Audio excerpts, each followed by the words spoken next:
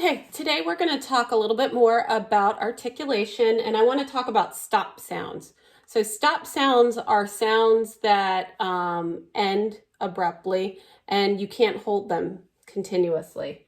And I like to explain articulation by comparing voiced and unvoiced. So before we get into voiced and unvoiced, I want to talk about how you can determine if a word or a sound is voiced or unvoiced.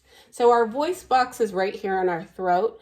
And so when you hum, if you hum, you can feel your voice box moving.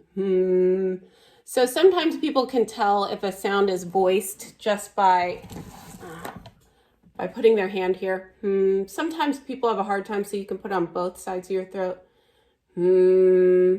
Or if you're really having a hard time, you could plug your ears and you can kind of feel it.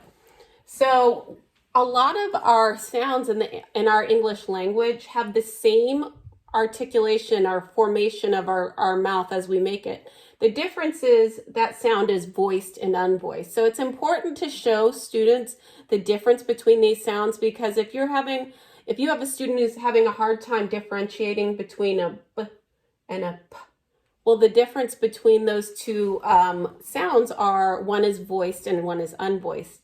So let's talk a little bit about our stop sounds. So these are our some people call them lip poppers, and these are sounds that are made using our lips. So if we make b and p, if you look with the sound off, it looks exactly the same, but feel your throat.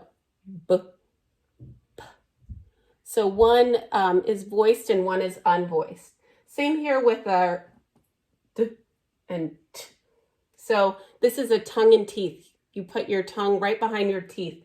So when you make the d, feel your throat. D, and then t, unvoiced. So same with these two sounds. This is a back of the throat. So we make the sound in the back of our throat. So make g and k, g and k. So if you're having students who you're noticing that maybe in their writing, they are using these words interchangeably, this may be a place where you may want to work on them with articulation and specifically pointing to that voiced and unvoiced piece of the sound. So let's, so remember b and p, d and t, g and